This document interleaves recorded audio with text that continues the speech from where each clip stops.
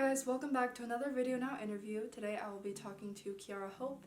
She is a bedroom indie pop singer and she recently released an EP on Valentine's Day, so go check that out. And I'm very excited for you guys to get to know her, so thank you so much for watching.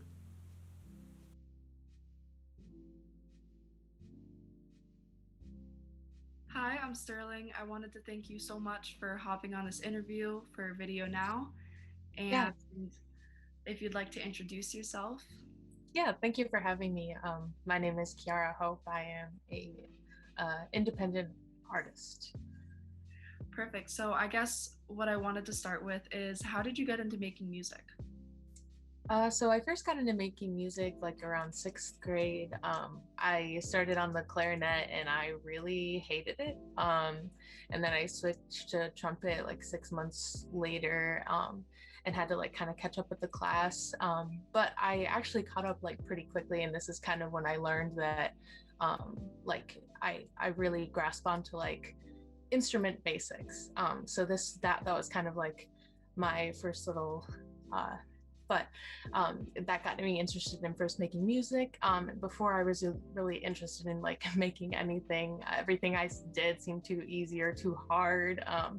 I really didn't have anything to be passionate about. But after I started band, I found myself in the practice room more frequently, and first trumpet and then piano, and then I started playing guitar a little bit after my grandma gave me her grandfather's one. And uh, dinked around with that a little bit before I got exposed to ukulele at an overnight camp. I basically just had like a bunch of instruments and kept trying to learn new music and learn new things about music. And that kind of helped me to find my voice, and start choirs and start singing in choirs. And yeah. So, in terms of how you make your music now, do you feel like you primarily use like piano or guitar, or like do you still kind of include those trumpet elements that you had as a kid? Um, I I really this past year actually tried to include that trumpet element from my I don't know, childhood, high school. But because when I did the Christmas album, I had a good friend. Well, not good. I hope to be good friends. But his name is Jeremiah Flack. He played the trumpet for my Christmas album, and I'm not quite as skilled as he is, but it was just kind of like bringing me back to uh, that place that I was. Is there any specific advice that you've gotten throughout your life that has either stood out to you or just stuck with you? I think the best advice I've had is probably to keep creating, even if what I'm creating might not be perfect, or even if I think it might be garbage. I don't know. Because like every great master of anything has to go through this long and incredulous process of becoming the master of what they are passionate about. And like, I mean, this can pertain to artists, musicians, or even something like as simple as driving. Like, imagine if like somebody wouldn't get in a car with you based on how you drove when you were like 14 and 9 months or whatever. So, obviously, in the next 5 years, you're going to be out of college, pursuing stuff in the real world. Do you see yourself pursuing music as a full time career? Yeah, definitely. I think at this point I've kind of committed. Basically, that's all I know how to do. Like I'm majoring in music. I'm a composition major in the College of Music here at MSU. So I basically just write music for school and for fun. So it's just kind of everything now. See, that's the great part though, is like when you can turn your passion into a career. And so Yeah. it's to see that you're so serious about it and that, you're even involving it in your schooling and such. Because I feel like a lot of people get so wrapped up in doing homework and doing school, they forget what they actually want to pursue, like as a dream and like as a career itself. Yeah, right. Definitely. So, what's your process of making a song? Do you typically write first or do you start with a beat first? So every song is different, and it honestly also depends on how my life is going on at the time.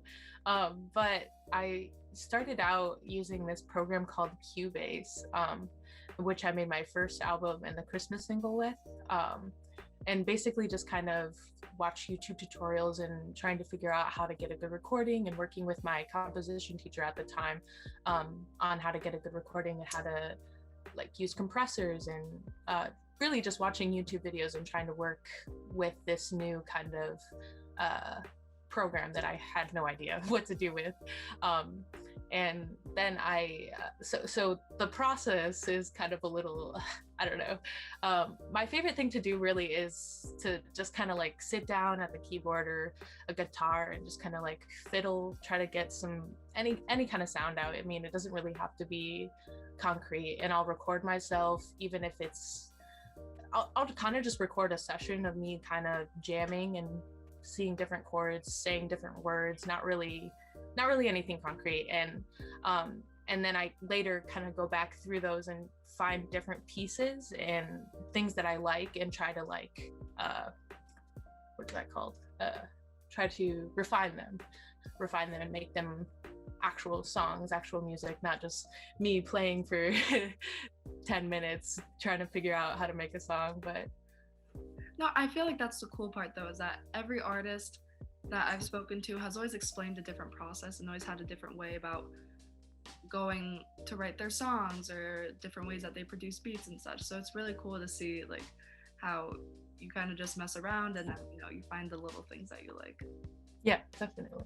So what advice do you have for people who want to get into music or start singing? I think my advice would be to first of all just start. Like, I feel like the hardest thing is starting, and committing to that, and like committing to practicing and doing music every day. I mean, if it's something that you really want to be a part of your life, you really need to be writing something every day, even if it's like a little 30-second something or less. I could be 10 seconds, 2 measures, I don't know. But I think just starting that, getting into creating and always listening to artists, I think is really important. So do you see yourself staying in Michigan after you graduate to pursue music, or is there a certain place you want to go?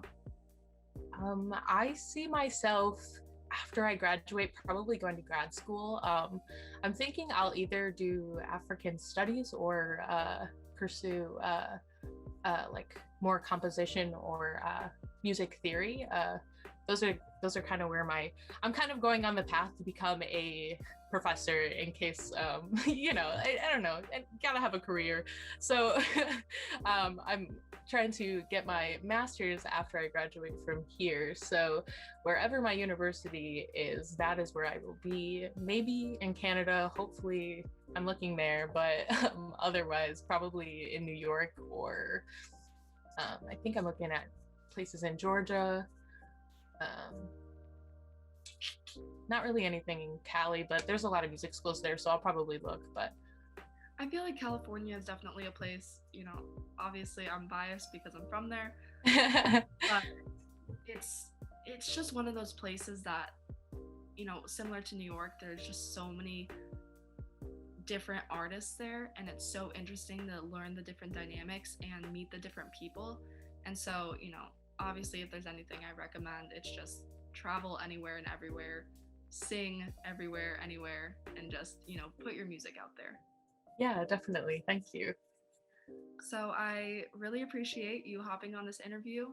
If you have anything that you would like to say to people, whether it's any last advice, recommendations, or anything to stay tuned for, please let us know. I guess my advice for musician singers: practice and sing every day. I know it's hard, I know it sucks, but you have to. And I hope to be releasing an album this year, so just be on another one this year, so be on the lookout. Well, thank you so much, Kiara, for talking to us. I really appreciate everything that you've told us and telling us your story. And guys, if you would like to keep up with Kiara Hope, her music is on various platforms, so go and listen. All right, thank you so much. Yeah, thank you for having me.